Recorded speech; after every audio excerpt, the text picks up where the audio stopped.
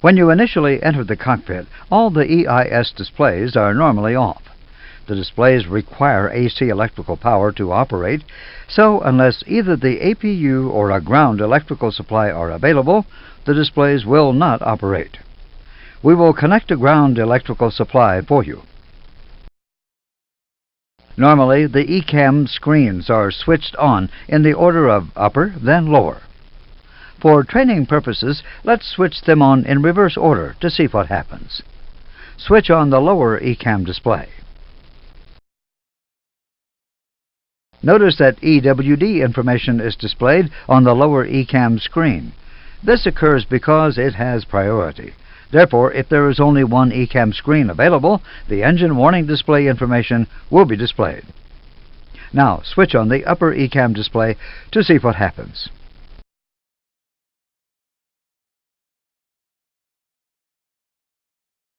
Notice that the engine warning display information moves to its normal position on the upper Ecam screen, and the door oxy system page is displayed on the lower Ecam screen. The door oxy page is what the Ecam system will automatically display because you are on the ground with the doors open. The memo area of the engine warning display has a message telling you that refueling is taking place. We will now start the APU. When the APU master switch is pushed on, the APU Ecam page automatically appears. Next, the start switch is pushed, and the APU begins its automatic start cycle. Note that there is no light on the Ecam control panel APU push button because the APU page has been automatically called as part of a normal sequence. The APU is now running as evidenced by the avail light on the APU start push button. Shortly after the APU start is complete, the Ecam door oxy page is automatically recalled. During the pre-flight, one of the things we do is check fluid levels.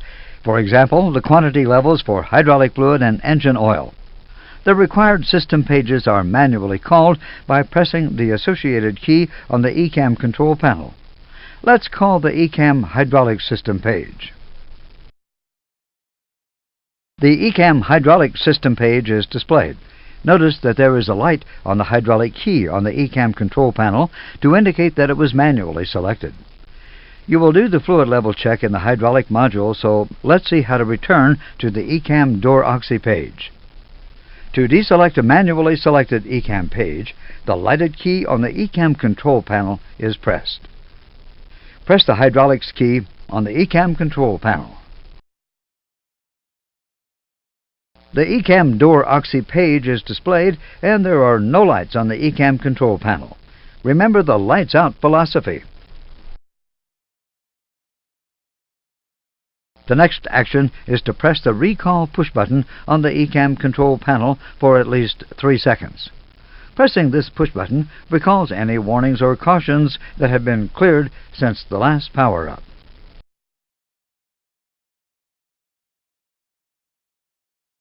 Since we are starting the aircraft from cold, a normal memo will be seen on the engine warning display because there is nothing to recall. If we were on a turnaround, the display would recall any warnings or cautions that had occurred on the previous flight. In this example, a canceled caution concerning the digital flight data recorder has been recalled. You will see how a caution is canceled in the Abnormal Operation module. At this point, the passengers have boarded, the doors have been closed, and the slides armed. On the Ecam door oxy page, observe that there are no amber indications and that there are 6 white slide indications. When the ground personnel attach a tow bar to the aircraft, they disconnect part of the Nosewheel steering system. The Ecam system will detect this and provide a green memo indication, Nosewheel steering disconnect. Let's start the engines. The Ecam system will automatically display the Ecam engine page while the engines are being started.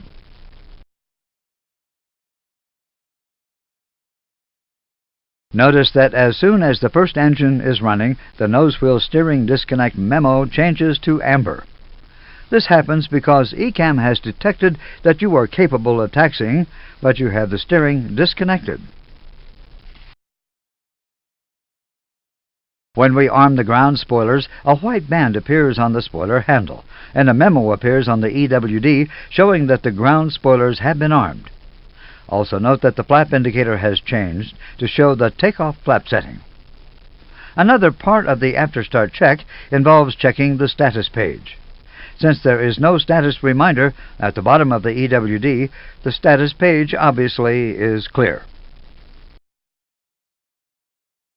Approximately 2 minutes after the second engine has been started, a takeoff memo appears on the EWD. The takeoff memo lists a series of actions to be performed before takeoff. In this example, there are blue action items remaining, specifically setting the auto brake to max and the takeoff configuration test. We will set the auto brakes to max for you. The blue action item has changed to green. Auto brakes have been armed to max. The final item requires testing the takeoff configuration. This is done by pressing the takeoff configuration key on the Ecam control panel. Select the takeoff configuration key. Pressing the takeoff config key simulates the application of takeoff power. If the aircraft is not in a takeoff configuration, for example, flaps not in the correct configuration, then an Ecam warning or caution will be triggered. The system also checks the side sticks and the flight control computers for faults. Provided Ecam detects that the aircraft is in a normal configuration, then the takeoff configuration memo changes to normal. Observe that there are no blue action lines on the EWD. We are now at the threshold about to take off. When the engines are set to take off thrust, the Ecam engine page is automatically called. On the engine warning display, notice that the takeoff memo is replaced by normal memos. A magenta takeoff inhibit message has appeared. The takeoff inhibit message is advising you that some warnings and cautions have been inhibited during the takeoff phase. The aircraft is now airborne. After passing 1,500 feet AGL, or 2 minutes after liftoff, the takeoff inhibit ceases and the memo is removed. When the flaps are fully retracted, the Ecam engine page is automatically replaced by the cruise page.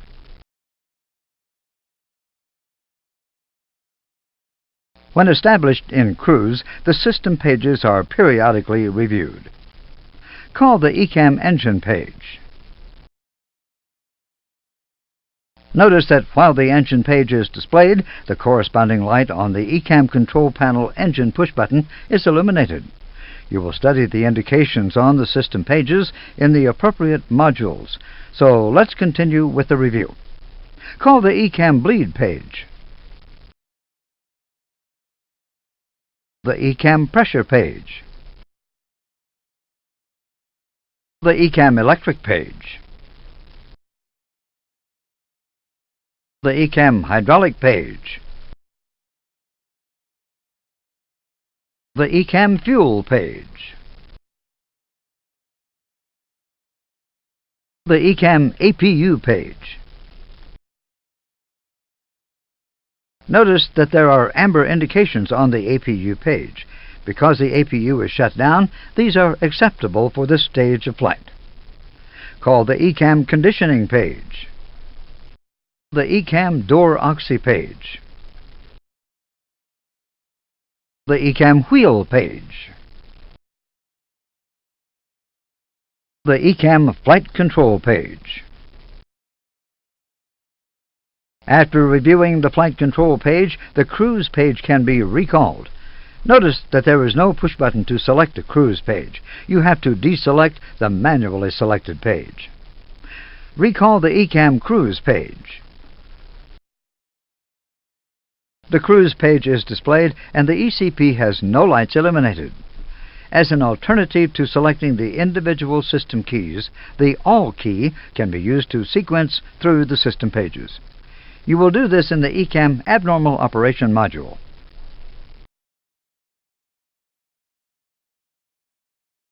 We will now establish a descent for landing at our destination. As part of the approach checks, the status page is checked. Since there is no status reminder on the EWD, the status page is normal. The aircraft is lined up on final approach. As the landing gear is extended, the Ecam system will automatically display the wheel page. The wheel page is displayed to provide information useful for the landing, for example, brake temperatures and spoiler deployment. On passing 1,500 feet with the gear down, a landing memo appears on the engine warning display. On modified A320s and on all A319s, the landing memo appears at 2,000 feet. Note the blue action item reminding you to arm the spoilers. We will arm them for you. The blue action line is replaced by a green action completed indication. Notice that there are now no blue action lines outstanding. At approximately 800 feet, the landing inhibit becomes active, and this is indicated by a magenta memo. The landing inhibit message is advising you that the vast majority of warnings and cautions have been inhibited during the landing phase.